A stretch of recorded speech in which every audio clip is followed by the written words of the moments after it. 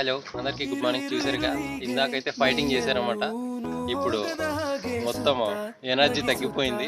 వచ్చి ఇక్కడ ఉన్నాడన్నమాట సిల్కీ గాడు.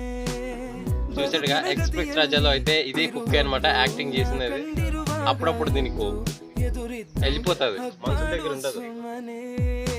రే అక్కడ చూడరా,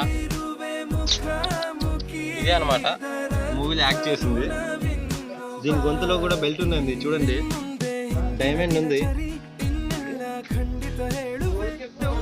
దీన్ని రేపు కిడ్నాప్ చేయబోతున్నాము.